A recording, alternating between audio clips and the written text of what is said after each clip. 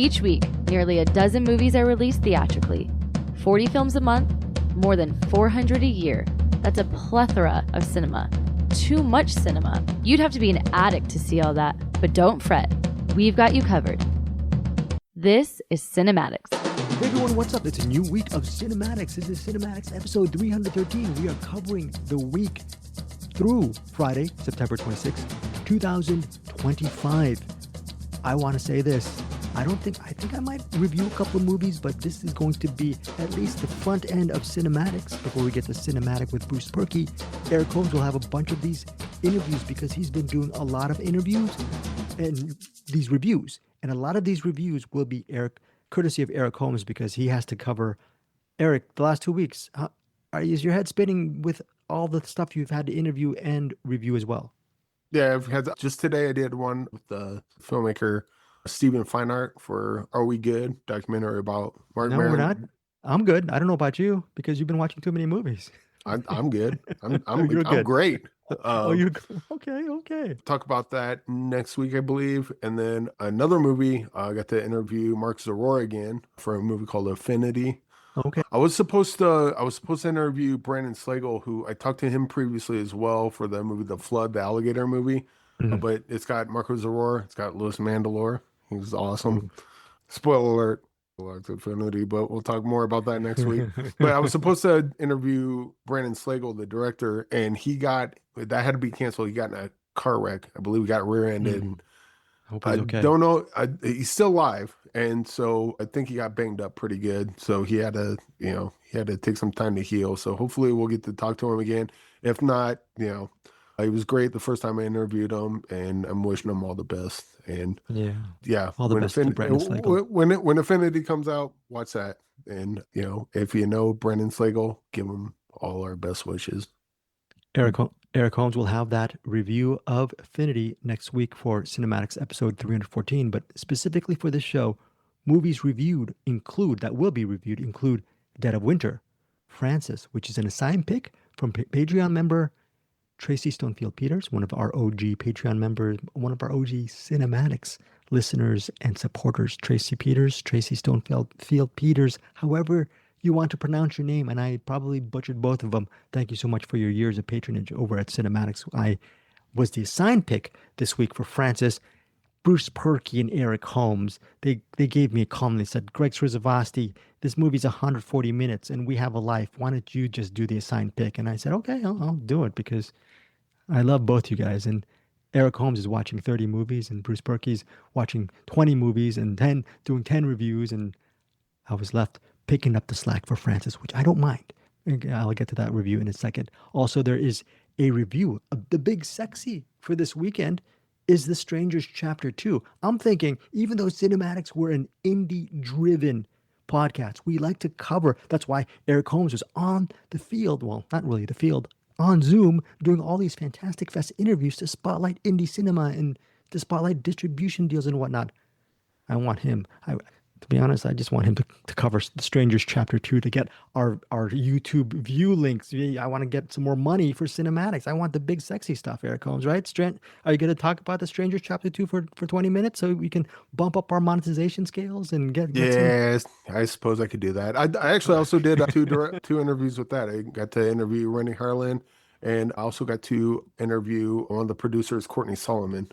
Yeah, because I was confused because I've seen the first Strangers. I didn't see Strangers Pray at Night. And so when I saw Strangers Chapter 2, I'm like, they already had a second one. Well, this is, I think after Pray at Night, Rennie Harlan directed Strangers Chapter 1, Chapter 2, and Chapter 3. Chapter 3 is not out yet. That's fourth or upcoming. So I guess they got like kind of a whole trilogy there. We'll talk more about that when the time comes. Yes, and we'll be putting the Rennie Harlan interview that Eric had, just really good interview with Rennie Harlan on a future CinemAddicts episode. Actually, after this podcast episode in a couple of days, I will put it on our podcast feed as well. If you want to listen to our podcast without any ads, please subscribe to our CinemAddicts YouTube channel. Currently, we have 817 or 818 subs. We're trying to get to 1,000 subscribers. We're trying to up our watch hours to 4,000. That's how we get more cheeseburger money over at CinemAddicts. But for you guys, if you want to listen to weekly movie recommendation, a lot of them are indie based. Please subscribe to our CinemAddicts YouTube channel because I upload our audio there without any ads. Once we get monetized on the CinemAddicts YouTube channel, I'm going to put so many ads that you guys are, no, I'm kidding. I'm going to keep those ads free. So this is the one thing. If you subscribe to our CinemAddicts YouTube channel, I promise once we get monetized on that channel, our podcast will be ad free. Our full podcast will be ad free on that channel. Everything else, all of Eric's wonderful interviews, Bruce Purkey's reviews, they will be monetized. So eat that, listeners. But anyways, our CinemAddicts podcast stuff, please, if you want, subscribe to that channel. Thank you so much for your support. But all the other stuff, if you listen to us on Spotify or Apple Podcasts and you hear all these ads, that helps gives us pennies towards our cheeseburger truffles. I don't know how if Eric still does. You look like in great shape. I don't know if you've been putting a lot of burgers into your diet. Do you still eat the cheeseburgers with the mushroom cheeseburgers? Yeah. What's your diet? Oh, that's mostly junk. You eat mostly junk. Junk and beer. Junk and beer. Yes. But I do got some. I finally got some bottles to put the hot sauce in. So I'll be having putting hot sauce on everything here pretty soon. Eric, you, me, and Bruce need to be more proactive about making money. What beer sponsorship should we have on CinemAddicts? Which beer company should we reach out to? Because it's whichever the cheapest one is. Whichever one the cheapest is what I go for. Except any natural light and natural ice, like that substance a headache for me. But Michelob, Mic-Light. Oh, so ultra light, those Mic-Lights? No. Well, that's the more stuff. Expensive of the cheap stuff, but cheap stuff. Okay, I'm gonna Google cheap stuff that can help sponsor CinemAddicts. You can get a 12-pack of Busch Light for like $8. So that's the current thing. Can you actually knock on the attic and tell Bruce Purkey to contact the reps over Busch Light to make sure? You heard that? Get on it. Yeah, Bruce Purkey, get on it. Call Busch Light and get Eric Holmes a year supply of that stuff. At least if we're not making money, you need to have some liquid diet. Bruce just gave me 3 knots, which is code for go F myself. Which boy. Fair enough. Yes, when I used to drink, I don't drink anymore. I like to say that's because that's a family show. My drink of choices. Do you know what my drink of choice was? Way back in the day when I was younger, Eric Holmes, before we get to these movie reviews. Wasn't the Stella Artois? Good. Very good memory. Stella Artois, because I'm very bougie, folks. I'm a bougie human being. Very bad memory, but that's like one of the rare instances where I can pull something real quick for some reason. Stella, I love Stella Artois. So yes, listeners, if you want to pay us in Stella Artois as well, but you just send them over to Eric Holmes, and it can expand his palate from Busch Light to Stella Artois. Anyways, that was there's not even a plug for this beer. I was just talking beer just for the heck of it because this is a family show and we have a lot of movies to get into. Before we get into that, just FYI, Patreon members, thanks for supporting us. $5 catch-all over at CinemAddicts. Eric and I just did a long Patreon episode where what movies did we review, Eric Holmes, for the year 1982? The Ballad of Gregorio Cortez and First Blood. First Blood. We had some really great talks regarding these two movies. These are two movies. Just a tiny hint of Lonely Are the Brave. And Lonely Are the Brave, Eric Holmes. We didn't deep dive into that, but we touched on it a little bit. Yeah, actually not we. Eric Holmes does a good touch on the Lonely Are the Brave and First Blood connection. Very interesting thesis regarding Eric Holmes. And this is actually, if you're not even subscribed to our Patreon, please do. If not, look, Lonely Are the Brave, First Blood, top tier recommendations. Watch possibly those movies back to back, Eric. It might be a really good experience if they saw Lonely Are the Brave and then First Blood. Could be. Yeah. Or I think since most people are familiar with First Blood, re-familiarize yourself with it and then go back and watch Lonely Are the Brave. So you can go, oh, wow. It's interesting how close these two are plot-wise at the very least. Also, what's interesting on our Patreon, we go over the Ballad of Gregorio Cortez. This is one of these. Bruce Purkey is also reviewing it over at the Cinematic. He likes to mention hidden gem, and definitely the Ballad of Gregorio Cortez is a hidden gem that I'm sure a lot of you listeners do not know about. Or if you do know about it, you're thinking, like Eric was thinking, the Ballad of Gregorio Cortez. That sounds like a very boring title. Possibly, but it's not a boring movie, and it's early Edward James Olmos, a different Edward James Olmos. You didn't even notice him, Eric, when you saw No, him. no, Okay. and we talked about that, and I would even say that First Blood is also a gem hidden in plain sight. And you kind of Yes. talk a little bit about that. It was like First Blood, like you think you know, like if you haven't seen it in a while or you haven't seen it at all, you think you know what you're getting into with First Blood. You have no idea. It's a completely different movie than the Rambo sequels might lead you to believe. Last week I did not bear the lead, but I am going to bear the lead a couple of times. So Eric Holmes, we just got done just doing a review of just intense review of these Patreon movies. I'm gonna let Eric take a little bit of a siesta here, get him because he just did interviews today and he's been doing a lot of movies. But And yes, Eric. before you do, we should also touch on our cinematics movie watch along. Oh, right. And the movie last week was The Fog, which I didn't like The Fog the first time I seen it. This time watching it, I liked it a little better, but still not top tier John Carpenter for me. But this week we have a movie called Iceman or Dare Man Oust Them Ice. I do not have the name of the person that recommended this, but I will look that up later, I'm sure. But The it's name of one the of person, our by the way, is looking in the mirror right now. I think Eric Holmes is looking in the mirror. The name of the person. I don't have a mirror in front of. I mean, Okay, the no person. I don't comment. know if they have a mirror in front of them. They What? could be anybody. If you want to Could be an anybody. unidentified movie club member, please join us over at the Cinematics Facebook group, and then join our movie club, Cinematics Movie Club. There's about 27, 28 people involved, and Mitch Burns over the big boss over the El Jefe over at the Hollywood Persona podcast. He's the one who's organized this weekly Cinematics Movie Club. It's a great way for You might say he's the big boss El Jefe of the Cinematics Movie Club. Yeah, he is. He really is. And thank you, Mitch Burns, for all your hard work on the movie club. And every week I was giving out movie codes, digital codes for a while, and I ran out of that. And now I'm giving out some DVDs and Blu-rays to members of our movie club each week so join if you want some free DVDs and free Blu-rays. But most importantly, if you just want to expand your palette and watch different movies from different people, and they're not just recommended by me, Bruce, and Eric. Just join our club. When you join, when it comes to your name, you're the one that gets to choose a movie for all of us to watch. Maybe it's like, oh, this movie's really good. I can't wait for y'all to watch it and then hear what everyone thinks about it. Or maybe you're an evil person. You're like, this movie is terrible, and I cannot wait for all of you to watch it. Mwahaha. Right, But that could happen. when it's your pick, it's yet. your pick. So, I mean, do it to it. I was able to watch The Year of Living Dangerously thanks to a bunch of our movie club choices. This week, again, an unidentified member is going to pick the Iceman. So Iceman is our movie club this week, movie pick this week. And yeah, just be part of that movie club. It's very interesting. And it gives me a chance. Oh, if you don't like going on Discords or whatnot, or YouTubes and all that stuff, the way we rate these movies, we rate them on a scale of 1 to 5.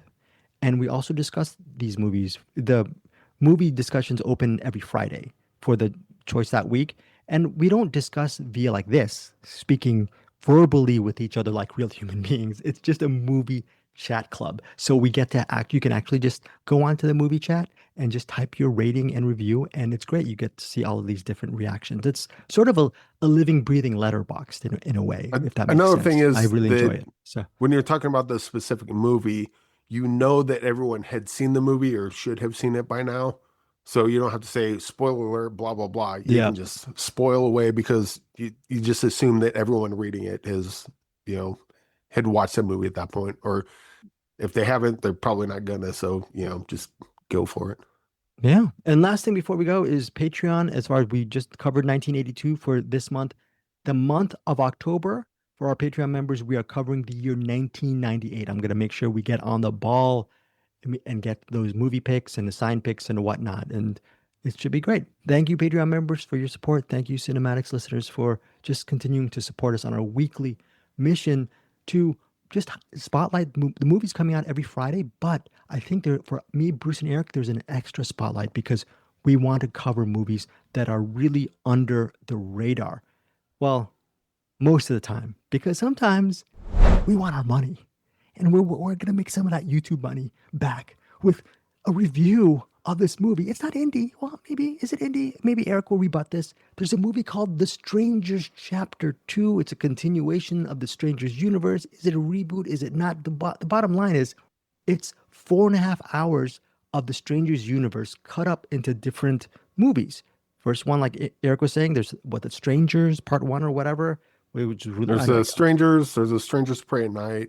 There's Strangers Chapter 1, and this is Chapter 2, and then Chapter 3 will be coming out soon. I'm not sure when exactly. Okay, so the good news is The Strangers Chapter 1, directed by Rennie Harlin, got good notices from people who love that type of movie. Eric, I believe you have not seen that, but you did interview Rennie Harlin, like you said, and then you also reviewed The Strangers Chapter 2.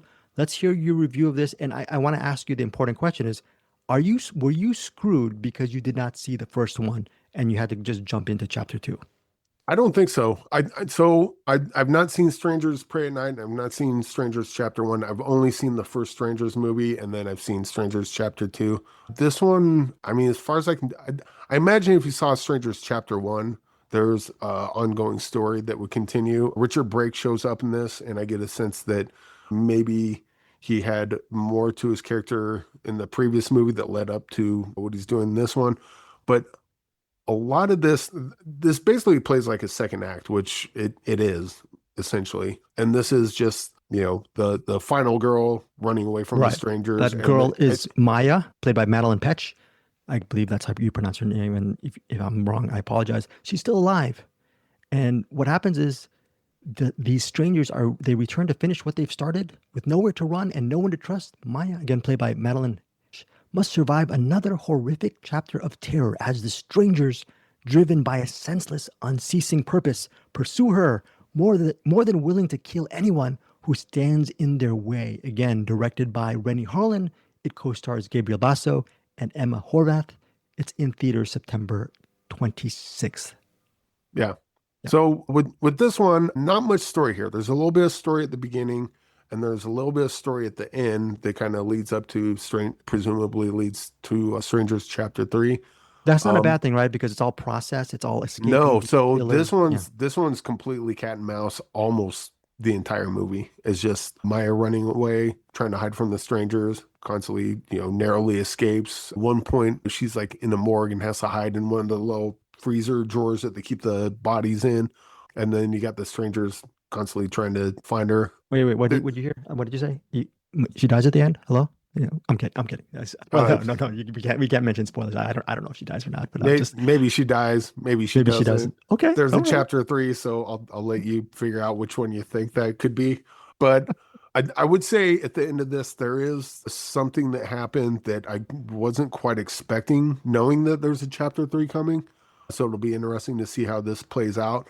But for the most part, there's not much to this. It's just pure thrills, pure chase, cat and mouse chase, bunch of, violence and kills that you would expect for a movie like this, and thrills, chills, horror kind of stuff.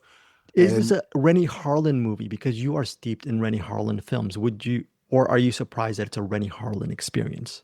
It's hard pinpointing what a Rennie Harlin movie is, because he's kind of one of those directors like the Sidney Lumet's, where like you can't look at a Sidney Lumet movie and know it's a Sidney Lumet movie, because his directing style is to get out of the way and let the story tell itself. And that's kind of that at least the Rennie Harlin movies I've seen, that's kind of where he's at. I mean, he adds style to it, but it's not, ooh, look, this is my movie, let me show everyone. Like he seems to be one of those directors that just kind of lets the movie do what the movie needs to do. Right. And you asked him that great question in the interview, which I'm telling you, Eric Holmes, you got to ask that question all the time when you ask Rennie about what are some of the lessons. You say it better than I do. What are some of the lessons that he wished he knew way back when he was doing it, that he's learned since? And he even told you it's a great question. And he said, you basically, I'm paraphrasing, he said, when he was young, he had all these great big dreams and ambitions on how to shoot things and how to stage things. But when he starts learning the process, he realizes what saves time, what saves money. It's more economical. And did you see a little bit of that aesthetic? And this movie is a cut and dried Strangers installment, right? Nothing fancier than that.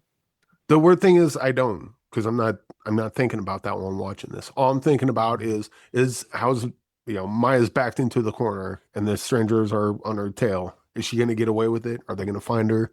When they do find her, how is she going to get away again? Are they going to kill her this time? Are you scared? Are you tense? Are you liking the way it's executed? I mean, intellectually, I know it's a movie, so I don't really get scared at movies. But in the context of watching a movie, definitely keeping my eyes open and leaning forward a bit, going, "Ooh, what's going to happen next? Ooh, oh wow, look the way they killed that guy. That one. Oh crap, I forgot Richard Brake's in this. It's awesome seeing him. So it's kind of one of those things. It's not like this is not a movie that's going to like change the world, but if you want just like a really meat and potatoes kind of thrill ride, and even if you haven't, I would imagine if you saw Strangers Chapter 1, it would enhance your viewing of this. But even if you haven't seen it, I think this one stands alone as just kind of its own movie, which is amazing because they shot all three of these movies back to back, like kind of like they did The Lord of the Rings. Granted, they did a couple reshoots for this one. I imagine they'll do a couple reshoots for the third one just to, add something, that they wanted to. But for the most part, just the fact that all these movies are basically in the can, they feel cohesive. It doesn't feel like they're trying to backpedal and redo, kind of like what they did with the new Star Wars movies. Like they just kind of, rolled with the flow. Although they did that with the first Star Wars movies and it worked out. So who knows? But either way, yeah, if you saw the first one, that might enhance this. If you haven't, it stands on its own. And if you just want like a really cool horror cat and mouse thriller to get you through the night, this is a good one to do it. And it's the obvious question, is the gore absolutely just hard to take, or as far as the violence goes? I think that's an obvious question, right? For some people it could be. For me, it's not. But I mean, again, I'm dead inside, so this doesn't really affect me like that. But Okay. there are a couple scenes where I think that the uninitiated might look at it and throw up in their mouth a little bit. Ooh. Horror people that's been watching horror for a while, it won't be anything like too out of left field. It'd basically be what you would expect for something like this. But yeah, if you're not into horror, I think that's why I probably go with the 3-star banger on this. Like if you're in the bag for this kind of movie, this is like a really good version of this kind of movie. If you're not a horror person, this probably is not going to be your cup of tea. I'm kind of curious of where Bruce would land on this, because I could see Bruce going either way, because I know he likes horror, but he also sometimes kind of nitpicks stuff that I don't really care about. So maybe he'll hate this. Maybe I'll kind of take it the same way I did of, oh yeah, it's just a fun horror movie, and then just go with it. But I think most people that are into this kind of thing kind of know what they're getting into, and this delivers exactly that. And Bruce Purkey, stop being such a nitpicker. That's what Eric Holmes said. Just no, keep being a nitpicker. Keep being a nitpicker. I love dissenting opinions from the dictator of CinemAddicts, myself. So that is The Strangers Chapter 2, reviewed by Eric Holmes. He gave it a 3-star banger. Again, 3-star banger means the movie really fits into that wheelhouse of the genre, but it actually exceeds it as well. 3-star banger for The Strangers Chapter 2 in theaters, September 26th. Next up is a movie called Dead of Winter. And no, Eric, even though Eric Holmes is dead inside, yes, Eric. So this one I really wanted to see, and I'm sure you'll talk about it. You mentioned that the ending of this was fantastic. I could not wait to watch it. I clicked on the link. It just gave me a black screen that said protected content. So I did not. But please, I'm. That sounds like the dog ate my homework, Eric Holmes. I know you saw 40 movies last week. You could have seen 41. I tried watching this like 3 different times. Tried the link 3 different times. I'm so sorry. But I cannot wait to hear, and I'm just stopping you from doing it. But I can't wait to hear what you think of this, because as soon as like you and hearing you and Bruce go back and forth on the messenger, I'm like, I got to see this movie, and I can't wait to hear you talk about it. So please, go ahead. Yeah, no worries. So it sucks that you weren't able to see Dead of Winter. Look, Dead of Winter, 97 minutes. Bruce Purkey probably has a more in-depth review coming soon within moments over at the Cinematic, but I'm going to give you my 2 cents regarding Dead of Winter. Okay. So, quote, there's a woman named Barb. She is a widow. Her job is to distribute the ashes of her late husband in the middle of this lake. She's a Minnesotan, and she's going to go out in this middle lake to distribute the ashes. How can you distribute ashes in the middle of a Minnesotan lake? Well, the lake is frozen. So she's got to go out there. She's got to put a hole in the ice, put her husband's ashes in it. It's very loving, very caring, and whatnot.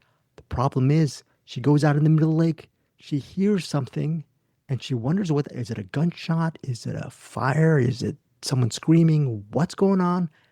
Out in the middle of the woods, she ventures out, and she realizes that there is something going on in the home of a couple. The couple is played by Judy Greer and Mark Menchaca. Mark Menchaca, you might know him from his stint in Ozark, and Judy Greer, what a great actress.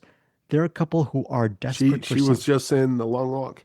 Oh, and yes, she was in The Long Walk, which I have yet to see. Eric Holmes really loved The Long Walk.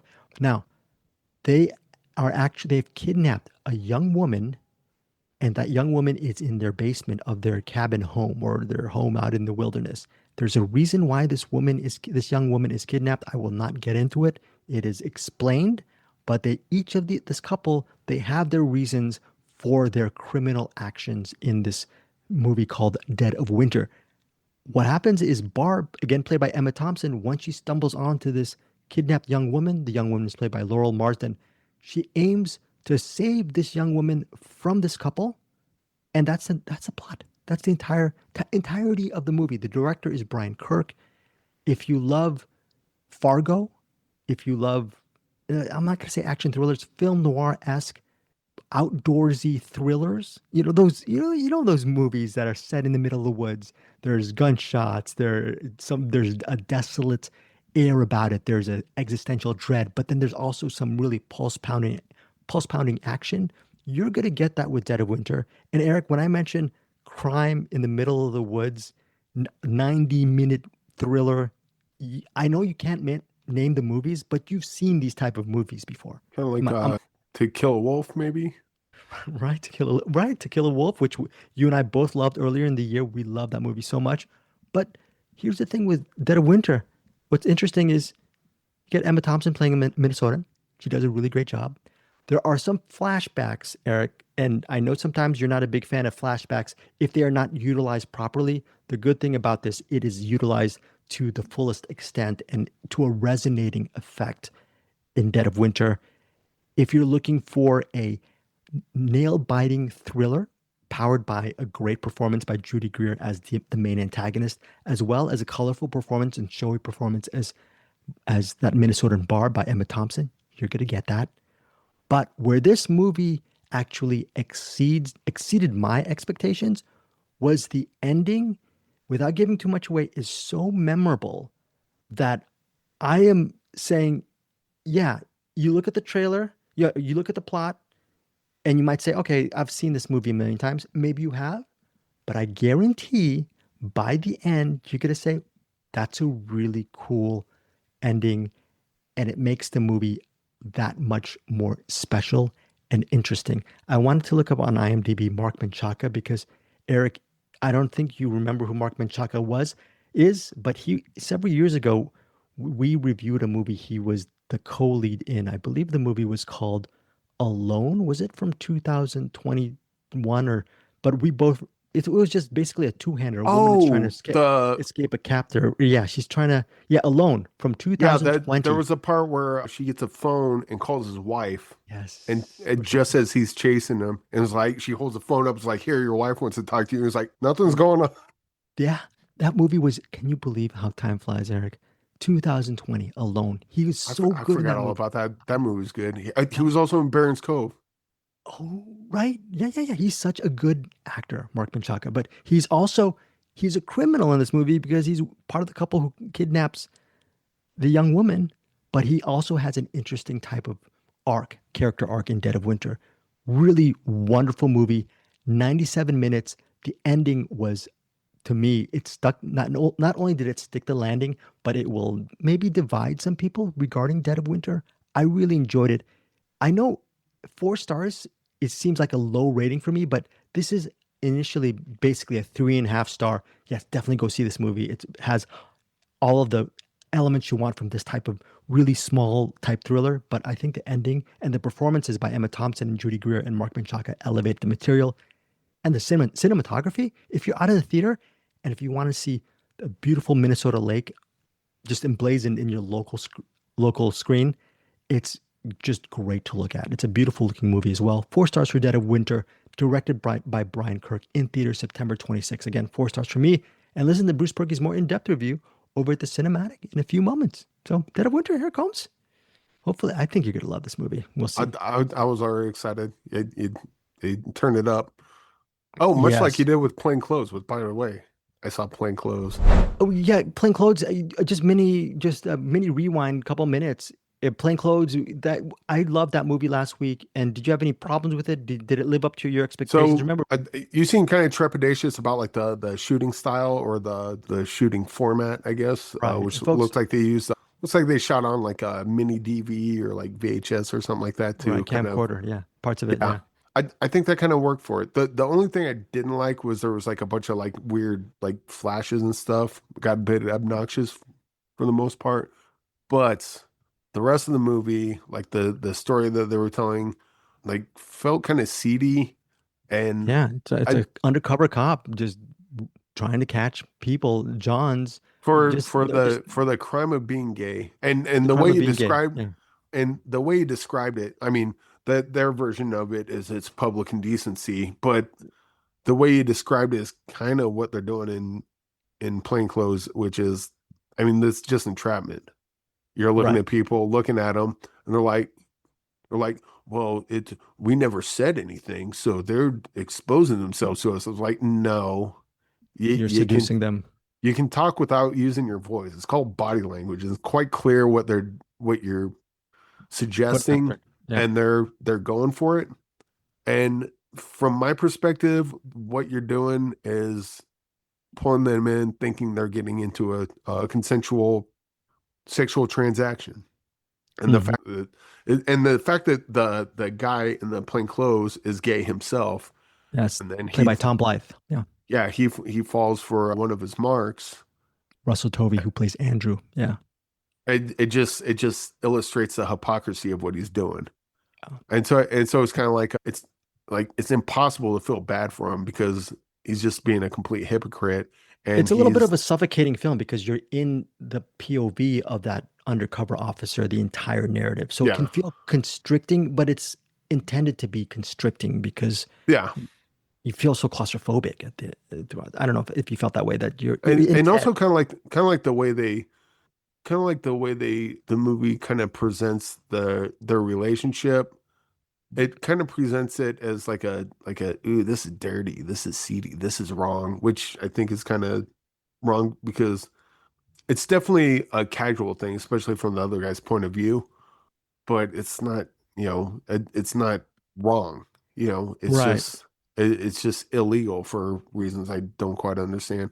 And then the part where they put the two-way mirror in the bathroom, it's like, oh, okay. So not only are you doing entrapment, but you're also breaking just general privacy expectations. So not only are you doing entrapment, but you're also a peeping Tom. Congratulations, police force. You failed on 2 levels. It's written and directed by Carmen Emmy. It's his first film. It was set, I think, in 1997, 98, Syracuse, New York, and it's an interesting film, and it's shot. Parts of it are shot on high 8 camcorder because when Carmen Emmy, I interviewed Emmy a week and a half ago.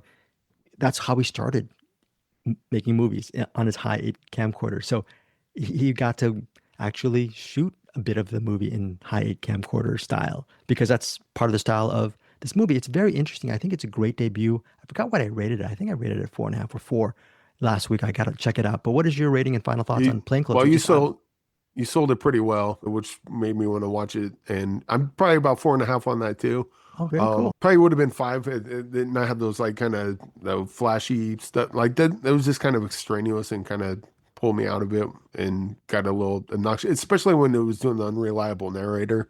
Like he's seeing the guy that's not there. It's like, I get what you're doing. I don't think you need that here. It was just. Oh, that's a good point. That's kind of extreme. Yeah. So without that, I probably could have easily bumped up to 5, but regardless of that, it's still a great movie. And Yeah, 4.5's no, nothing to shake your nose at.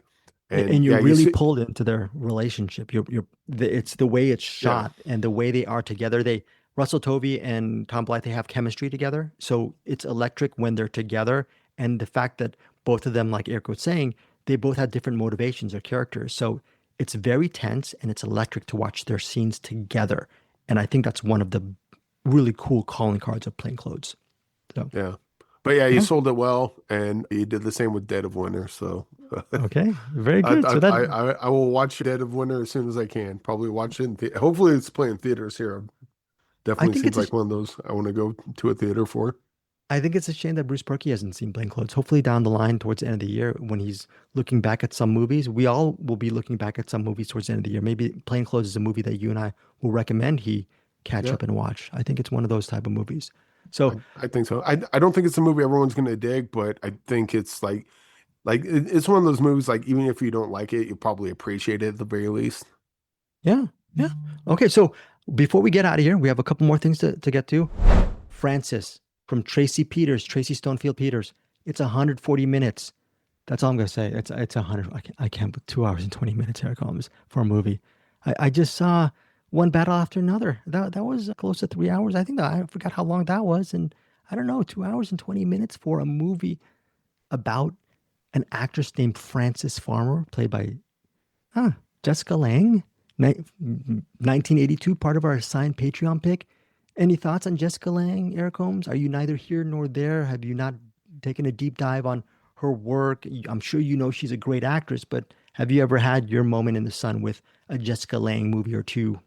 Other than King Kong. How's that? Other than King Kong. I mean, yeah, King Kong's pretty good. I Tootsie, like, yeah, Tootsie, right? Yeah. I'd say I dig Jessica Lange. Yeah. You That dig Jessica Lange. yeah, Yeah. you get what the I feel like I'm missing like an obvious one. Hmm. She was in Well, Big Fish. She's right, good Big in Fish, that. and she was in what? She was also in Blue. What is it called? Blue Sky. I think she won her Blue second Sky. Oscar. She won an Oscar. She was with Oh, Cape Tommy Fear, John duh. Cape Fear, right? So Yeah. she's been in her share of movies. She's done just acclaimed work on stage, and she's done those American Horror Story things that Eric and I haven't seen because Eric and I don't usually watch TV shows. Okay, Francis back in 1982. I remember. Specifically recall that was a huge year for Jessica Lange because yes, she won the Oscar for Tootsie. Tootsie was released in 1982. Frances, a much harder role, lead role, where Jessica Lange plays Frances Farmer. It's running at 140 minutes. Here's the bad news. Directed by Graham Clifford, it's almost a cradle to grave. Well, not a complete cradle to grave, but it is a straight ahead biopic on Frances Farmer. And if you don't know, Frances Farmer is an actress who was once popular in the 30s, possibly early 40s. She was part of the Hollywood studio system. She was on her way to the fast track of becoming a really successful Hollywood actress, and she could have sustained a great career over a couple of decades. The problem is she was her own person, meaning she wanted her first love was theater, and she probably looked down on some of the projects she was working on in Hollywood. That did not ingratiate herself too much to the powers that be. And also, she had a very domineering, just eccentric mother. And this person in Frances is played by Kim Stanley, a revered actress in her own right. She had a revered actress in stage and screen. Kim Stanley played the mother of Frances Farmer. And for her role, Kim Stanley received an Oscar nomination for Frances. On an acting tip, this is one of the best performances I've ever seen committed to celluloid. Jessica Lange just gives a powerhouse, showy, sometimes scenery chewing performance as Frances Farmer because you get to see Frances Farmer go from Hollywood star, possible Hollywood A-lister, to an institutionalized, troubled mental health survivor, to another person who gets a lobotomy. This is not a spoiler about Frances Farmer getting a lobotomy because it was mentioned back in 82 regarding to sell the movie because Frances Farmer lobotomized in the mental institution. And then what happens? How does she get back on? Does she ever revive her career after that lobotomy in the mental institution? All that stuff. I'm not going to tell you what happens after her her stint at the mental institution, but the movie covers all of that. Yeah.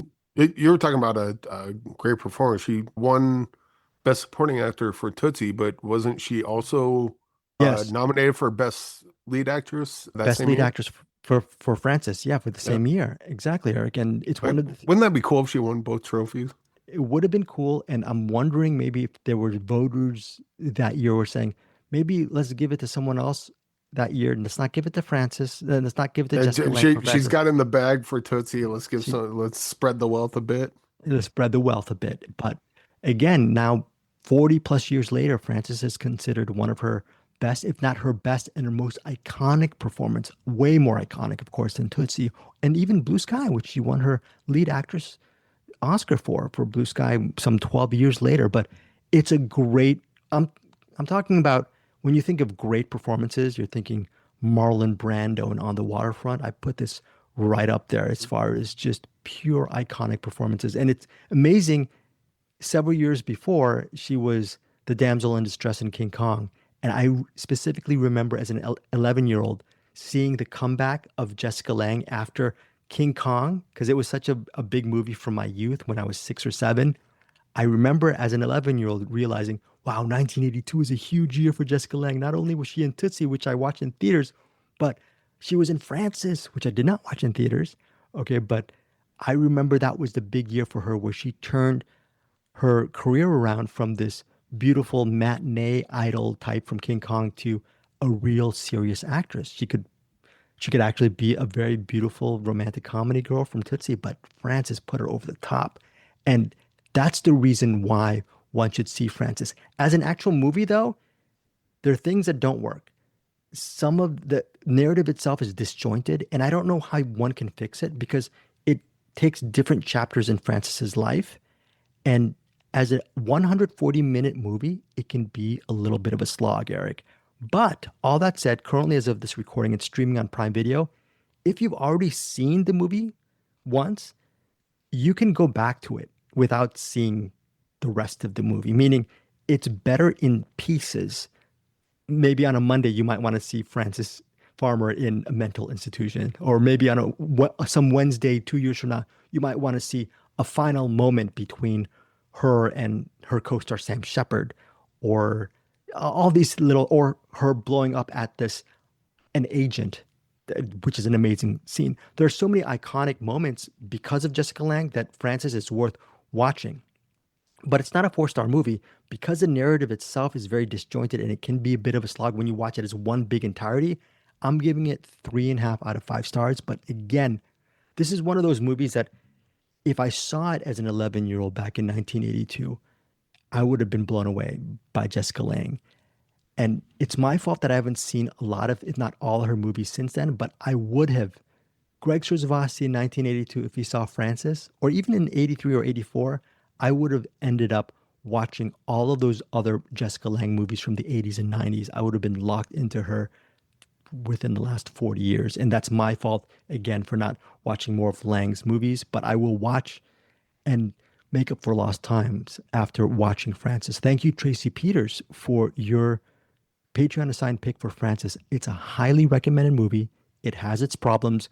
Sam Shepard, who was Jessica Lange's lifelong partner, obviously a celebrated actor and even more celebrated playwright during his lifetime. Sam Shepard, he plays a journalist who actually ends up being a very important figure in Frances Farmer's life, and he provides a voiceover in Frances. Here's the big 2 complaints regarding Frances.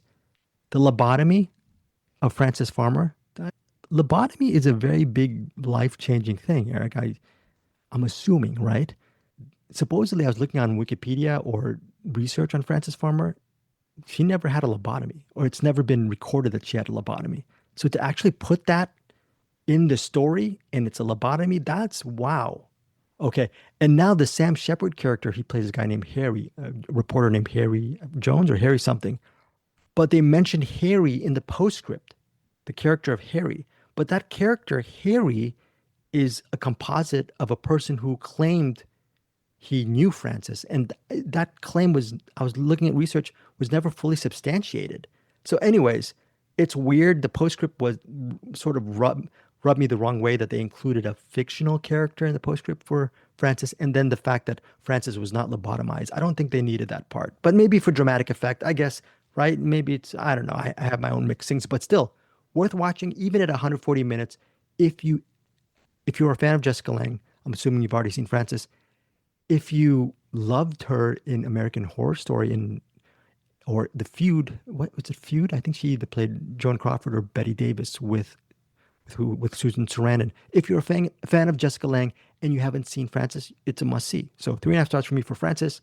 Currently, as of this recording, streaming on Prime Video. That's our sign pick from Patreon. Again, thank you, Tracy Peters, for your recommendation. Before we get out of here, Eric Holmes has a couple of mini reviews from Fantastic Fest or thoughts and whatnot. And I'm going to stop speaking right now. Before that, I also did an interview with Mark Levin and writer David Kuhn for Hard Hat Riot. I actually can be kind of quick on this because the documentary is so incredibly dense. The thing is, in 1970 in New York City, anti-Vietnam War student protesters confronted construction workers in violent clashes, creating a cultural rift that transformed American politics. That bit that I just read is kind of the last third of this documentary. The first two-thirds, and much like when we talked about the Ballad of Gregorio Cortez on the Patreon, where the first 2/3 of the movie is the chase, and then the last third's the courtroom. This documentary kind of sets itself up as essentially the courtroom scene or the event but everything, the first 2/3 is like everything that leads up to that, from like Kennedy assassination to Richard Nixon to Vietnam. Like there's, I think, I can't remember the runtime on this. It's probably about an hour and a half, maybe an hour and 20 minutes. It's not that long, but the amount of information and the amount of stuff and story and history that they go through in this is staggering.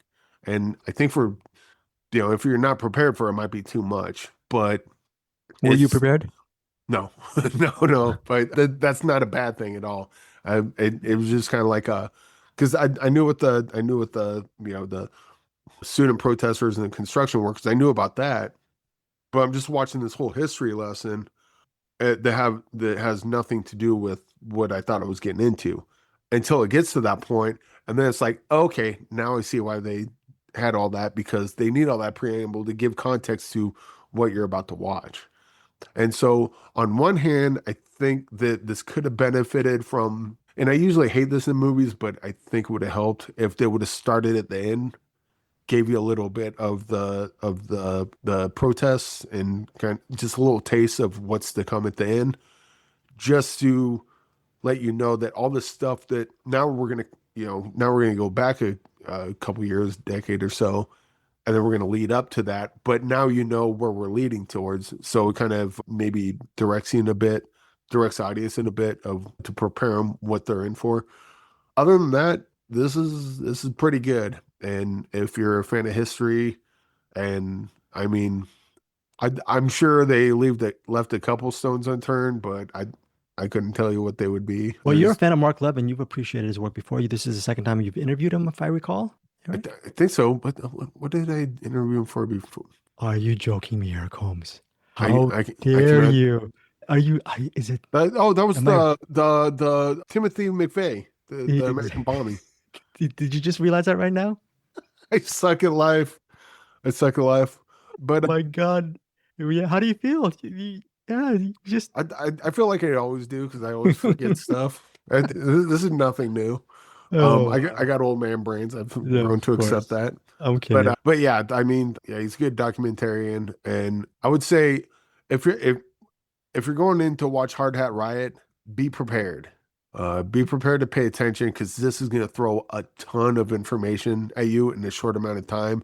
So you got to be ready to take that all in. If you're not in that mindset, you're going to miss a bunch. And then a lot of it's going to go over your head. And I honestly wish I could have had time to watch it again to kind of let a lot of it sink in, because there's a lot there. But this is a really good documentary. I think that little change of like giving you something at the beginning to lead context into what we're about to get into would have helped.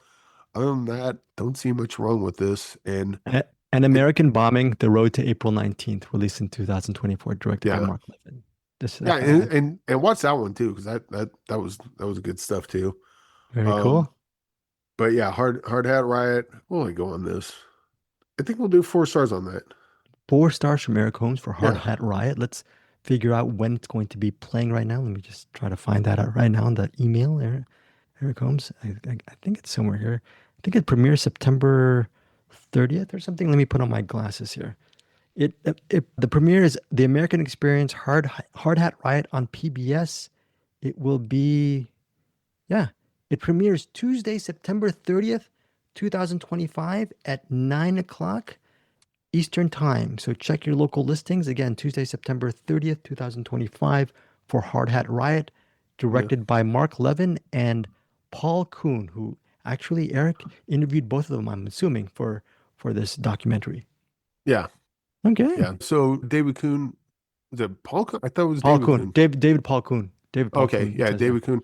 He's a journalist, as far as I can tell. So he had a lot of insight and input into the story, which is probably why it's so detailed and so dense as it is. Because when you talk about something as political as this, you want to make sure no one can watch it and go, "Oh, you forgot about this." And it's like, no, we didn't. It's in there. Well, you didn't give the full context of what we literally did. We told you everything that we could in the amount of time that we had. This documentary is so dense that Eric Holmes even forgot about Mark Levin. I did. No, that's how dense I am. But I'm pumped. The dense for the movie is a compliment. Dense for me, not so much. But okay, so that's Hard Hat Riot. Very good, Eric Holmes. That's 4 stars for you. Great job on all your interviews and reviews that you've been doing the last couple of weeks. Bruce Purkey, I would like to say good on you, but you've just been too nitpicky on everything. I don't know what to say about what are you going to say about Bruce Purkey over the attic? I'm going to say that I love him, and you love him. You're giving him too much crap. I'm going to give him people food today. So you're going to give him people food. Bruce, you have Greg to thank for that. Okay, Bruce Purkey up in the attic. I quote unquote love you as well. Okay, jeez. But that is we don't love you enough to take you out of the attic, but that's true. Just in general. That's true. You just remember, Bruce Purkey over in the attic, you're going to eat your people food alone, and you're going to DIE family show alone. I just want to tell you that, Bruce Purkey. Just anything else you want to say to Bruce Purkey and our wonderful listeners at CinemAddicts before we go, Eric Holmes? I want to tell you about 3 movies that I saw for the Fantastic Fest. I'll go real quick on these because a lot of these are not available yet. I don't think any of these are available yet. Okay. But I think they're all worth checking out and keeping an eye out for. One is The Tree of Knowledge, directed by, oh goodness, where is the thing that I saw? I'll find you. Directed by Eugene Green. It looks like Eugene, but I believe it's pronounced Eugene. Okay. Gaspar is a young man living in the outskirts of Lisbon who sets out for the capital in search of something new. There he encounters an enigmatic figure named Ogre. Basically, he's this magician guy, and he's working for him. And what he does is he finds tourists in, I can't remember the area that they're at. Lisbon. Oh, I just said it, didn't I? So he finds tourists in there, and they have this idea that the tourists are kind of ruining the area. So they have a bunch of kind of disdain for him. So this Gasper guy, he'll find tourists, like, there'll be like a husband and wife or whatever. And it's like, hey, can you take a picture of us next to the statue? It's like, yeah, I can do that. And he takes a picture, and they're like, hey, that guy, he lives around here. I'm friends with him. They're like, oh, really? You know the guy that they made a statue of? And he's like, yeah, I can take you to him if you want. And they're like, it's just right this way. And they're like, oh, yeah, great. Sounds good. So they follow him. They go into a alley. Gasper waits outside the alley, and then 2 pigs start walking out. Well, the guy that Gasper works for, he's a magician, so he turns people into animals, and then they'll, butcher the animals and eat them. My goodness, what? Not the way I described it sounds a lot more grisly than it comes across in the movie, because this feels like, take what I said, but imagine Quentin Dupieux directing it. Okay, that's kind of the tone this movie has. More of a whimsy to it. Yeah, okay. And then the movie's called The Tree of Knowledge. I'm gonna butcher the actual name. Okay. If you watch the interview with Jean Green, he says that the real title of it and perfectly. So do that. But yeah, look for the Tree of Knowledge. It's really whimsical. If you like Hunting the P movies, you'll be right at home here. Cool. Kind of quirky. It's got also kind of sort of Oh Brother Where Art Thou vibe. Where it's like, oh, what was it? Oh Brother Where Art Thou? Or was it the Odyssey, but like set in like antebellum South, like that sort of Right, thing? exactly.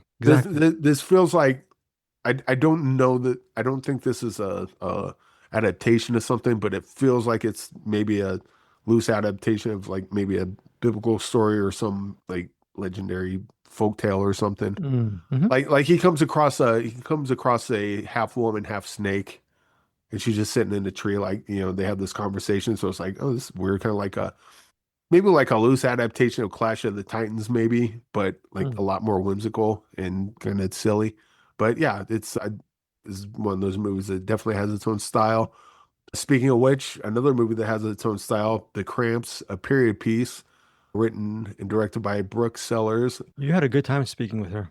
Yeah, yeah, this, oh goodness, what do I say about this movie? So basically, this woman, she gets a job at like a hair salon, and she's kind of grown up and starting to find dates, find interest in boys and whatnot. But also, it's kind of sort of a tale about I forget what Brooke Sellers, when she was talking, she said she had some ailment. I cannot remember what it was, but this kind of analog of that. But anyway, She loves John Waters, right? yeah, yeah. This has really thick John Waters, Ed Wood kind of energy to it.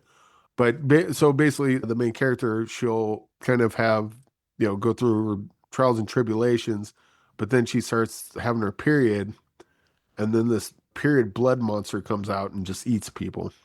So it's even got like a little bit of trauma, a little bit of John Waters, a little bit of Ed Wood. Like it's got definitely that kind of trashy, but sort of, I don't want to say 50s style, but like a kind of a retro style to it, and the way it's shot and the way it looks.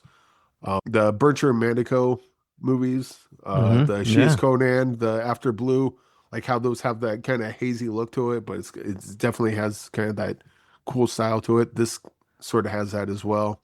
The way the acting is in all this, like everyone seems to have their own kind of, everyone seems to share a similar style of acting that kind of matches with the tone that the movie's going for. And this one's really good as well. This is one of those movies that, of any of them I've seen, this is one of those movies that I think people are going to hate, but there's going to be people that love this movie. Like, and I'm not talking about like, oh, that movie's good. Like, for like every 10 people that hate this movie, there's going to be one person that this is their favorite movie.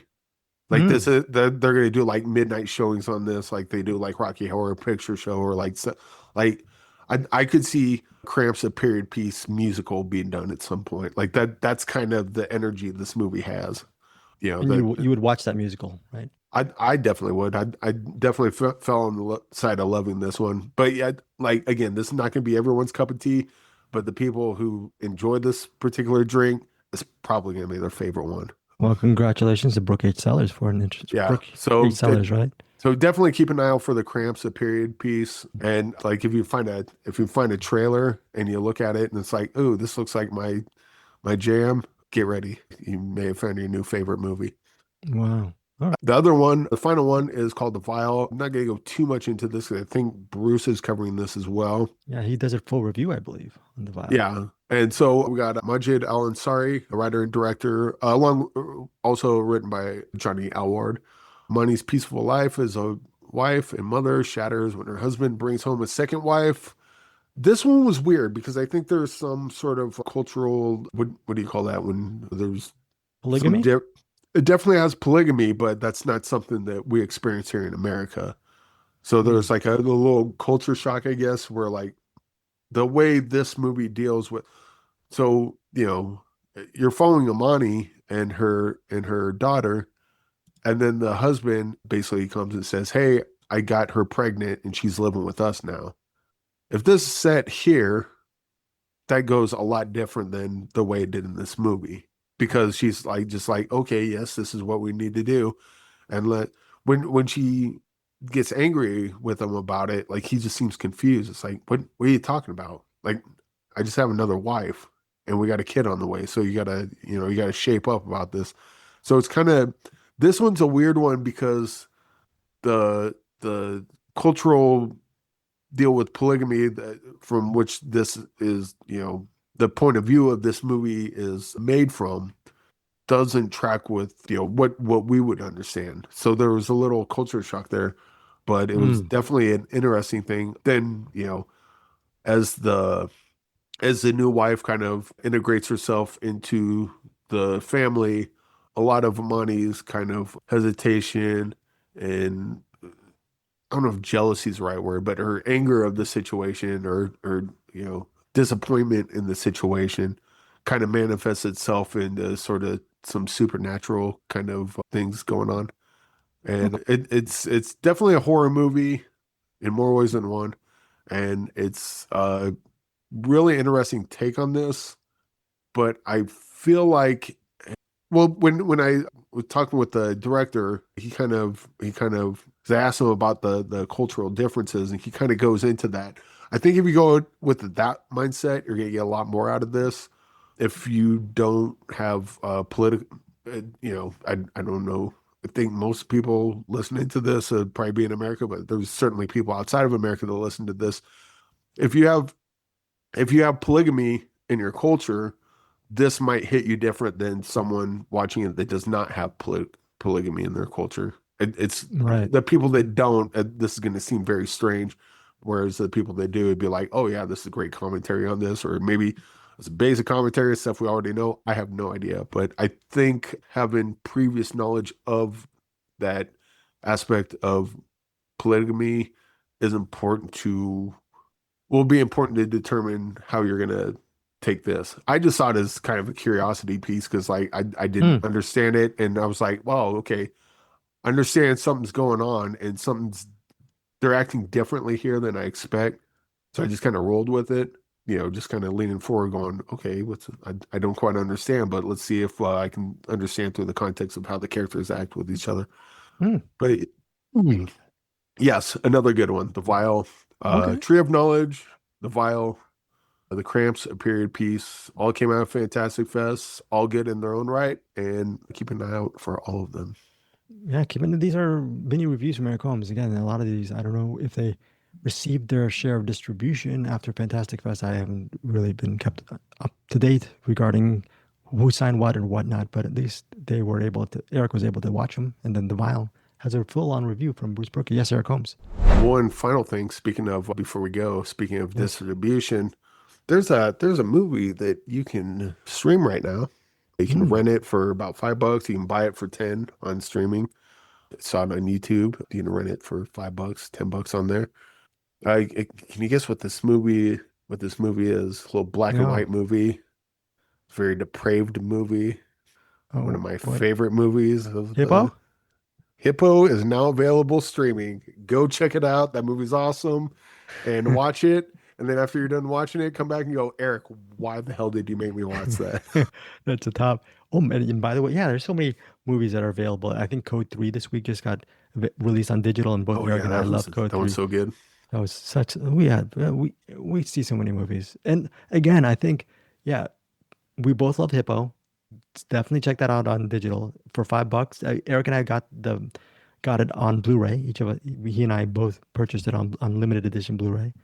And we both love Hippo, so give it a shot. Black and white, interesting film, and I'm really looking forward to see what I think the director is Mark H. Rappaport, what he has in store in the future. So it's just a very talented crew for Hippo. And I saw that it was streaming. I sent a message to Anderson trying to get him to watch it, and he's like, "Well, if I hate it," I'm like, "I mean, that's very possible, but you're not going to forget it. But love it or hate it, you'll definitely not forget it." Anderson's not part of the CinemAddicts crew anymore. Eric Holmes, I hate to say, he's part of TFV. He's now a real estate agent. He only watches the big stuff, Eric. You know that, right? He'll get the Hippo. Mark my words. Okay. And in fact, he's going to get to Hippo. He's going to be like, in his head, he's going to be like, I really love this movie, but I can't say it out loud because people are going to watch this and judge me.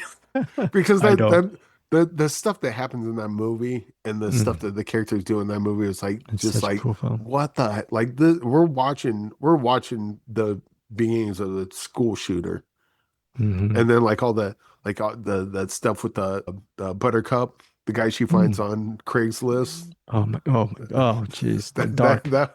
that whole scene, That's dark. the super soakers, which I'm still waiting to find out when we can buy a hippo super soaker. Super Soaker. Oh my goodness! Wow. But yeah, that movie's so good. But It's very dark, again, but very funny. It's black comedy, but it's also black comedy until it doesn't become comedy. Then it becomes very serious. if you know someone that's like if you want to pull like a really cruel joke on someone, find someone that's like kind of prudish. Like I Don't do that, Eric. No. and then say there's this hippo movie. I heard it's like a black and white indie movie about families. I heard it's wholesome. It's like, okay, I'll check it out. And then I will say this. don't do that, by the way. It'll end badly, but it's something that you could do if you were so inclined. I thought people who appreciated Harold and Maude would love Hippo. That said, if I recall, Bruce Purkey was not a huge fan of Hippo, so I'm completely.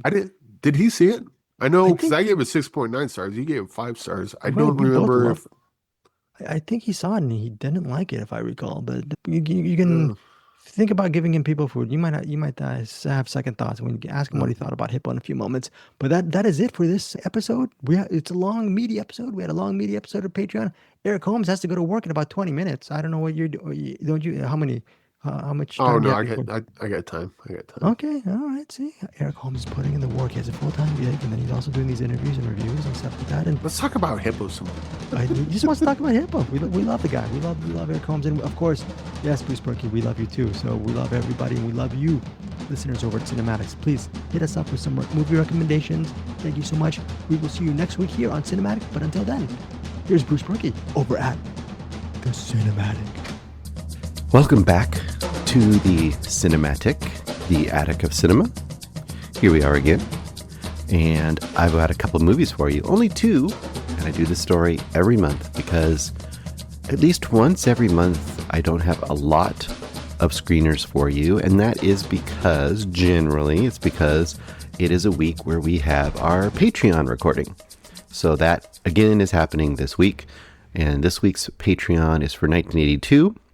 So if you are looking forward to checking that out, or if it's already out by the time you listen to this, it is going to be covering the movies First Blood and the Ballad of Gregorio Cortez, which I had never even heard of, thanks to Joseph Bridges. He is great at finding virtually unheard of movies on a regular basis. He is amazing at what he ends up digging up.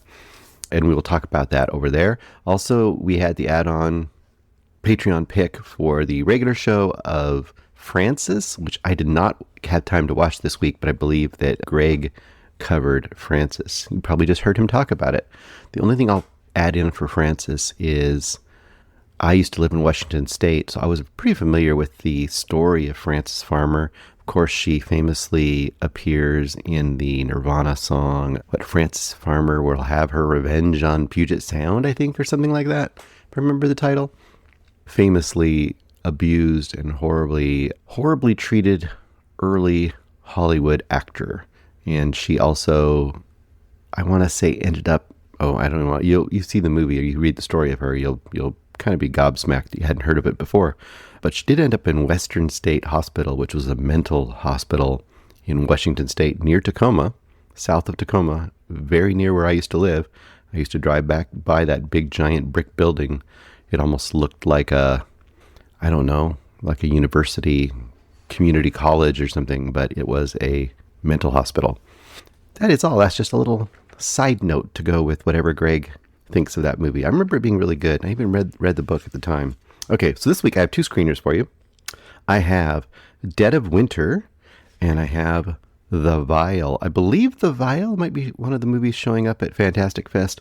I know that Eric had a bunch of screeners a few of the screeners for things that were at Fantastic Fest, so I might be wrong, but either way, we have a screener for it. So first up, let's do Dead of Winter. Dead of Winter is directed by Brian Kirk. It stars Emma Thompson. You may know Emma Thompson very well Probably most people know her now from the Harry Potter series. She is a very known actor, especially back in the 80s and 90s, a very Shakespearean level British actor, and she's done a ton of stuff. She's one of those actors now you would see her and know the face probably, but maybe not know the name. She is in this as the main star, and you also have Judy Greer, who has been in a ton of things. Even recently, I think she was in The Long Walk.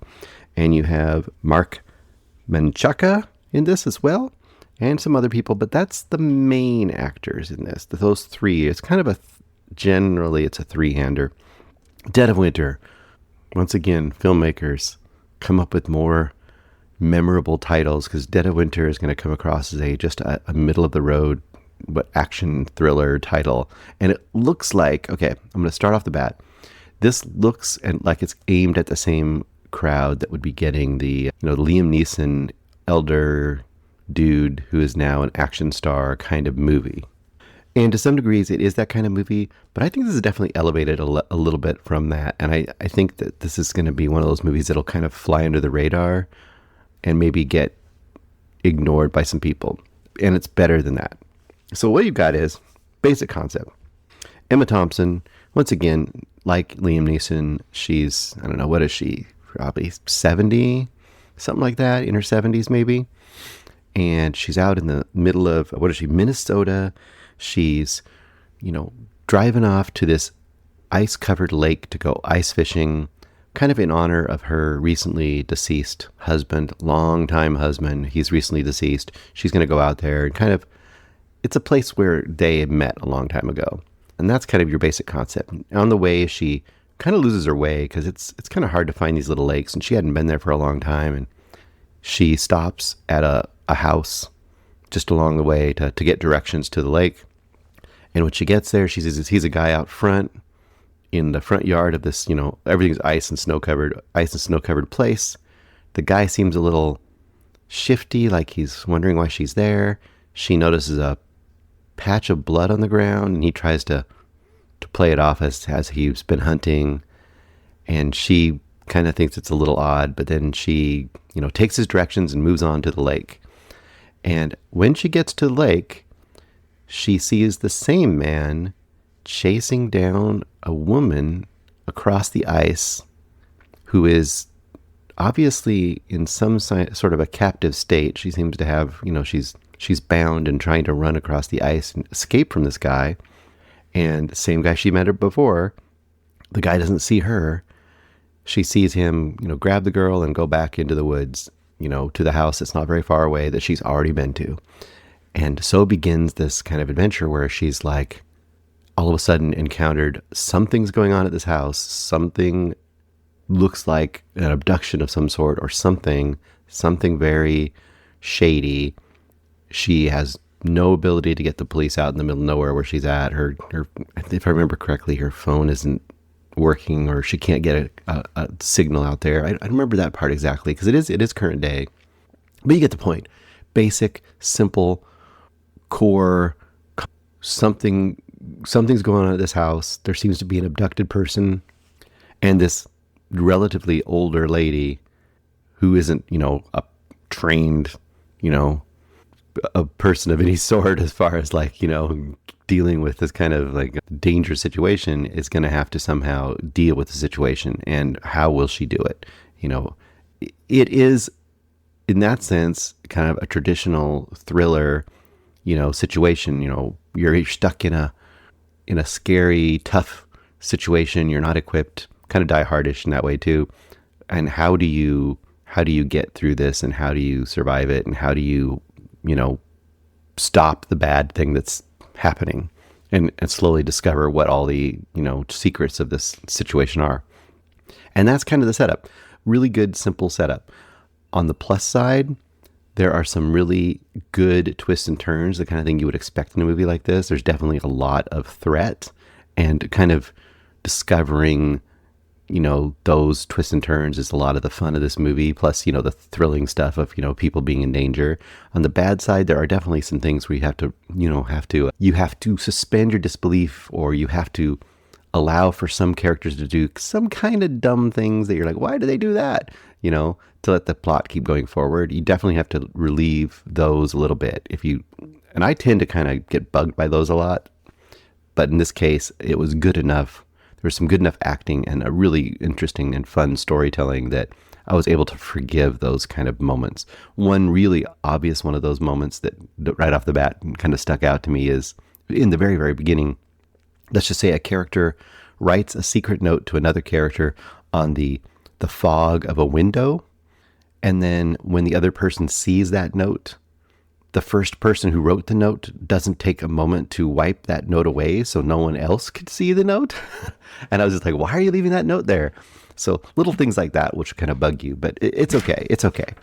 So overall, a really fun and cool thriller. One thing that I think helps it a lot too is that in movies like this, a lot of times it's just the thrills alone that, are kind of the selling point and will kind of, get you to keep moving along with the story. But the characters are just kind of your basic characters. So they're either like a cop on his last day or, pick a trope, pick a tropey type of character, and that is what you get.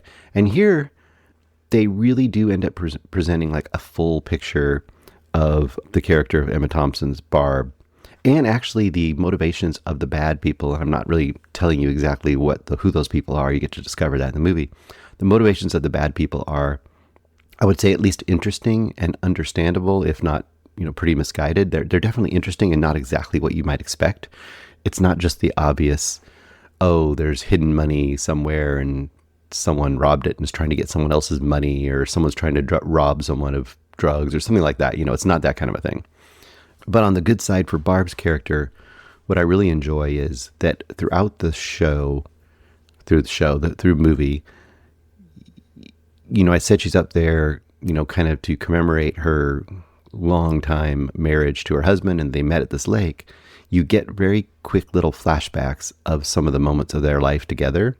And that could be really schmaltzy, and that could be really overdone in this movie. You could see the movie being like, almost a third or half flashbacks and just being stuck in those flashbacks. But the flashbacks here are very quick, and they're just to give you a little bit of context and motivation for her character, and also really invest you more and more in just her plight. Just little things like she has this little tin tackle box, which makes total sense. And it's like, oh, this is kind of a, nostalgic thing for her, and it's her tackle box to go out there. But there's more to that tackle box, and you discover some of that in the flashback. Little things like that really deepen the character for you and invest you into character, so that by the end you are really, at least I was, really rooting very hard for a couple of characters in this movie. And even the bad guys, to some degree, you're rooting. They're a little bit rounded out too. They're not just full on villains, although they're obviously villainous. But by the end of the movie, I was 100% on Barb's side. And I would say this is also one of those movies where you're like, well, how are they going to get out of this kind of thing? Like, how is this going to, this is going to resolve in some really unlikely, crazy, contrived way to get our heroes out of it. And I would be very surprised if most people don't find the ending of this refreshing. Well, some people won't. Some people will say they really didn't like how this ended for a reason. Once again, I'm not going to talk about the ending itself. But I think Greg, watched this one. I think Greg said he was really happy with the ending and kind of a little surprised. And I was as well. This ending in this movie, I'll do it, Eric. I keep saying the wrong person. Greg usually says this term, and I think it fits here, is uncompromising. And I would say this movie has an uncompromising ending. I think it really does something that probably will keep it from being as popular as it could be, I guess. But I think in the long term, it will make it a more unique and probably a bit more memorable to the average person, the ending it actually ends up having.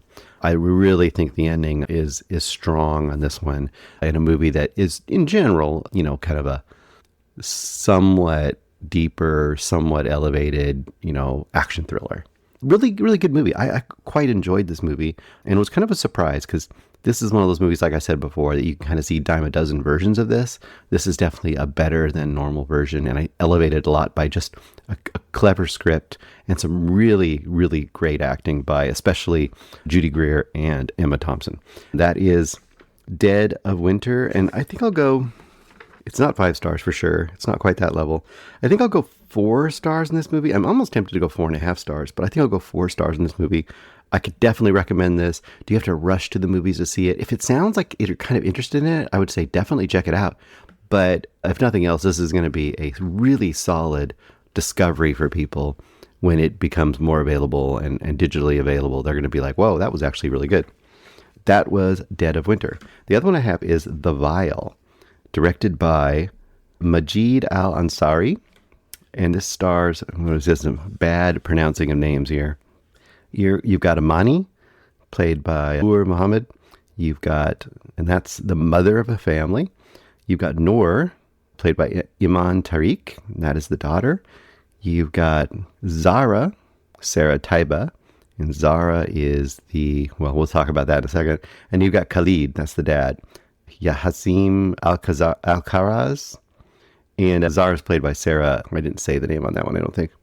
This is United Arab Emirates movie. Now, I don't think, I could be wrong, we've done a lot of international movies, and I think that is kind of a little bit of our bread and butter. A lot of people kind of ignore or miss, these international movies unless they get a lot of push or unless they're really, touted. But there's a ton of interesting independent movies coming out of international markets.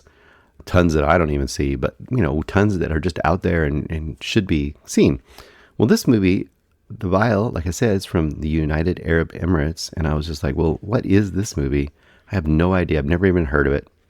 And even looking at the promotional stuff, well, I don't usually read the blurb, like the plot synopsis, because sometimes plot synopses will give away stuff a little too much. So I usually try to ignore them. But I was like, well, let's give this a try. I'm interested. So the basic concept is you've got Amani, like I said, just the mother. You got Aunt Noor, the daughter. Amani and Noor seem like a really close mother and daughter. They're hanging out. They're having fun together and their family, living in a pretty nice house somewhere in the United Arab Emirates and UAE, I guess I can say. And father comes home and immediately mom is, upset because father has brought back his new wife. Yes, he has now added a second wife to the family. And unlike some of these things you see in American, there's we have this whole subgenre of these kind of, 90-day fiance kind of shows and these sister wives and all these kind of shows. Well, unlike those where there's some kind of a agreed upon polygamous sort of a setup, this is not agreed upon. In fact, right out of the gate, Amani is very upset that her husband has brought home another woman as his new wife that she didn't even know about. And he's just like, yep, she's here. And trying to sell it as yeah, you got a new mom here now. It's going to be great, And he even tells her the reason he got the second wife was because Amani wasn't able to do for him what he wanted. And that was she wasn't able to give him a son. Because apparently after she had Noor, by the way, is probably about 17 to 20. She's pretty old. She's 17, 18. She's an older daughter, pretty much an adult woman almost. And for whatever reason, Amani, after she had Noor, maybe she just wasn't physically, after the fact, able to have any more children. So obviously she couldn't bring him a son. And because this new wife can, then she's brought into the house. And of course, that makes Amani and Noor pretty upset that this is happening. Oh, and by the way, she's pregnant. So this new wife, Zara, is pregnant.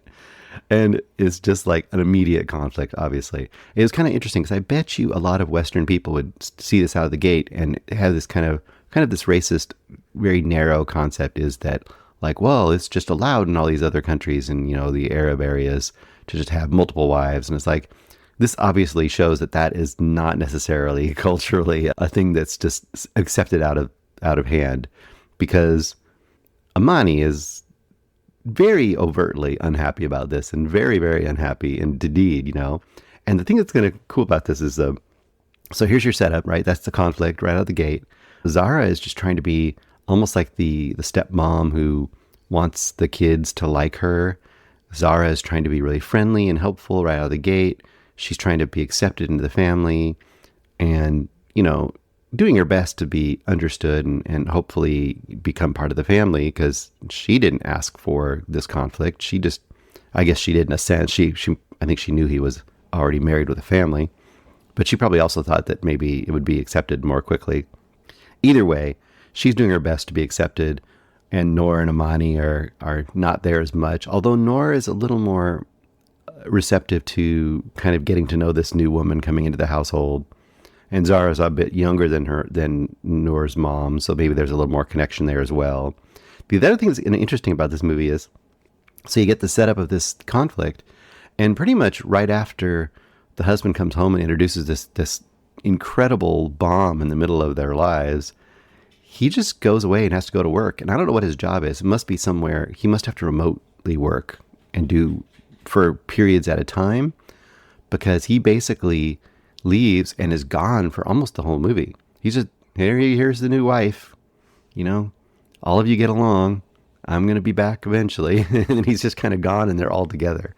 So most of the movie basically at this point is just the increasing conflict between all of them. And it just sounds like it would be kind of a family drama, right? Maybe a thriller to some degree if there becomes violence between these people. But there's kind of somewhat of a supernatural element in this. And I think it's basically set up as more of a metaphor than anything. And it's pretty obvious that it's doing that. Like where the mom especially starts thinking that Zara might be evil, and she starts thinking that she sees visions of things happening, and the bad things are starting to happen all over the house. There's this whole element of is how to describe this? Is the mom really seeing things? Is she projecting that she's seeing things because she's so upset about this other person in her life, and she has to imagine that the other person is evil to not accept the actuality of her situation? Or is the person actually evil, and is she being gaslit that what she's seeing is her imagination, and actually things are happening? So you're never sure throughout that. And some of the stuff like the evil and the scary stuff to me is done in a very kind of traditional, not a very stylistic way. It's pretty straightforward. We've seen versions of it for a long time. Anything where you have a character or a person in a house and you think they might be possessed or something, it's not doing exactly those things, but it has that kind of effect where it's something's not right, something's off. There is a couple interesting things though that I really enjoyed, and one of them was this kind of building relationship between the new wife Zara and the younger girl Noor. And in some sense Noor ends up being kind of the main character, although it does kind of go back and forth between the mother and the daughter of the original family. But Noor ends up with Zara kind of bonding, and Noor kind of wants to be, she kind of has this thing for photography and everything. And at one point they're under this dock out on the seashore or whatever it is, and there's a dead body there. And it was really weird, kind of wrapped up in the debris and the junk underneath this bridge. And you would think, I don't know what it's like over in the UAE or UEA. Yeah, UAE.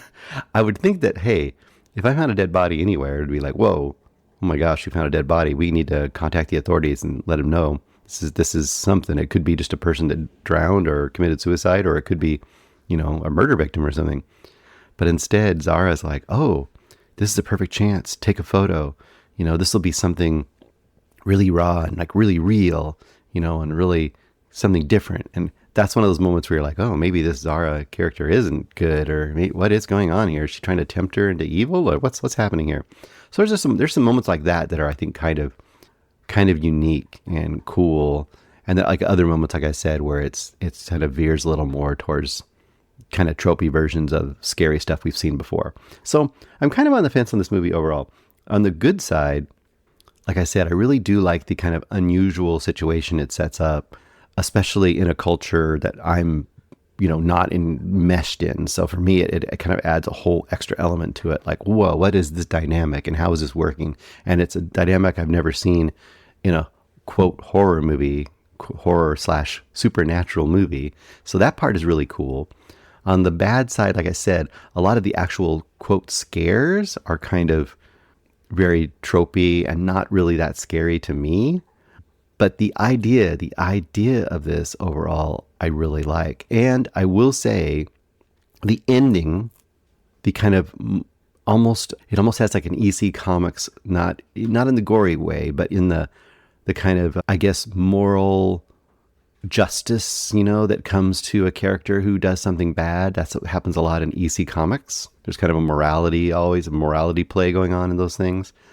There's a level of that at the very end of this that kind of happens that I thought was pretty satisfying for how the movie kind of went. So I'm kind of on the fence on this movie. I don't hate it. I think it was doing some interesting stuff, but I don't think it did it in as interesting and scary a way as it wants to, or as I would have liked to. So let's say, I guess I'm going to ultimately come down probably about 3 stars, which is mild recommend on this movie. Mostly because of the unique story and the unique situation that I wish would have just been told a little more boldly. And I just don't know if that's because of, I just don't know why that isn't exactly happening here. I kind of feel like it wants to, and it doesn't quite go there. So I'll go 3 stars. I think for people who are into the genre and into some really interesting and unusual kind of variations on the genre, I think it does have enough to offer to recommend in that sense. So that's the 2 main things I have this week. The last little thing I'll put up for you guys, I did finish the entire season of Alien Earth. I am not going to give a detailed review of Alien Earth other than to say it is incredibly dumb, incredibly well made, beautiful production design. They put money into this thing to make it look good. It's one of the best looking Alien properties that's been made. Of course, the Ridley Scott stuff is great. Aliens is great, but all the other ones are okay. Yeah, I know people loved Alien Romulus. I wasn't really huge on Alien Romulus. I think this is on par with Alien Romulus in that if you love the production values and thought the story really worked for you in Alien Romulus, you might think that this also looks great and works really great. I think this looks great. It has a terrible, terrible story. Horrible characters, is one of the dumbest versions of the Alien universe they've ever presented. But my big caveat is it's watchably dumb. And that is a thing that is worth valuing, because I kind of hate watched and enjoyed my entire experience of hate watching this show because of just how incredibly dumb it was. It was one of those shows where I'd watch an episode and then I'd watch 2 or 3 reaction videos to people being upset about how dumb it was, just as confirmation that I wasn't crazy, but also kind of hate loving it. It was terrible, but kind of great. And it did have some really great creature designs, not the alien creature designs. The design they have of the alien in this one is kind of terrible. They make the alien xenomorph look kind of chunky. And if you're a fan of Alien, you're probably like me. You've seen it so many times that you can kind of pick out the little subtleties and the differences in the alien designs they've had, and the original, of course, and the stuff that we see in Aliens.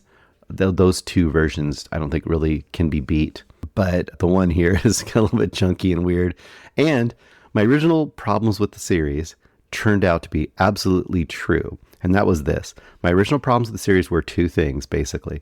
One is you're calling it Alien Earth, you're on Earth, and your scope should be huge. It could be everywhere in Alien. You could, like I talked about this before, they could be in Kansas, they could be in the mall, they could be in the skyscrapers.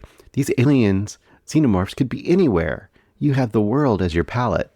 And instead, they basically do a kind of a Jurassic Park sort of a rip-off sort of a thing. And just, they spend, 2 episodes kind of stuck inside of a spaceship that has crashed on Earth. So you essentially are just in a spaceship and then a little bit of this apartment building. So you're just inside for the first couple episodes. One episode is a flashback episode where you're entirely on the original ship. So once again, just on a ship like Alien. And then all the rest of the episodes are on an island in a secret kind of not a bunker, but a secret lab / research facility. So even when they get outside there, they're just on this isolated island, which is very Jurassic Park-esque. So essentially the scope is very small for a thing that could have been huge, or at least they had all kinds of options to use. And the second thing I was really annoyed by was that the alien itself is such a side thought in the show. It's not threatening like it should be. It's hardly even an element of most of the series. It's there, but it's just like one of many aliens. And the characters even call it a xenomorph. Like, why do they call it a xenomorph? They don't know what a xenomorph is. That's a name that's been made up after the fact, but they still call it a xenomorph. There's all these other aliens that I feel like the production was more interested in, and therefore they are more interesting. Specifically, the eyeball squid alien kind of became the star of the show. Once that thing became kind of a notable character in the show, everyone started talking about the eyeball squid thing and how that was a way interesting character. But even the eyeball squid character, which they introduced and kind of showed how it worked in, like, I don't know, the third or fourth episode, you kind of really got a feel for what that thing was. They spent the whole rest of the season with it stuck to a sheep in a cage, just staring, not even doing anything for like 3 or 4 episodes. Just, okay, eventually something's going to happen with this eyeball squid thing. And when something finally does in the final episode, it's not much. So it's just, oh, and then there's this whole thing through the whole series about everything is a version of Peter Pan, which was so dumb and so on the nose and so overplayed. It was laughable and terrible, and it really, really made it worse even than it already was. So do I recommend Alien Earth? Only to people like me who can sometimes enjoy a really entertaining, terrible movie. Like if there's something you just don't like, it's terrible. For you, it's terrible. For you, I think it's dumb. But if it's done in a way that is entertainingly dumb, you can just go with it, and I can do that for sure, then I would recommend it in that sense. But if you're going in there thinking like, I've been waiting for this alien thing and I'm going to be so into it, I would be very, very cautious. Watch a couple episodes, and if you're down on board with it, then you might be fine with it. But if you're kind of trepidatious after an episode or two, I would say you probably should bail, because to me it just gets worse and worse as it goes. Other than episode 5, which is really entertaining and its own little dumb reboot of the original Alien movie in one episode, but really good. Really good and entertaining in its own right. How do I rate this? It's closer to a 1-star banger than anything for me, which in my world, 1-star banger is something that does what it's supposed to do very badly, but in a very entertaining way. Whereas a 3-star banger is something that does exactly what it's supposed to do, may not be great art, but does it in a great way. It's a great version of that. Like, for example, like an action movie. A cheap action movie does a really good job of being a cheap action movie. Isn't going to be a 5-star movie, but it could be a 3-star banger. I think this is closer to a 1-star banger than anything else. So I'm going to call Alien Earth 1-star banger. So for me, dumb, but worth watching. All right, that's all I got this week. Don't forget, we got the Patreon coming up in a couple days, unless this is a couple days later when you listen to this. And in that case, you've already got it available if you're a Patreon member. If you're not, you might think about it. We do an extra episode every month just for you all, featuring a couple movies from a particular year that we have randomly chosen. This year, or this month, was the year 1982. Talk to you soon.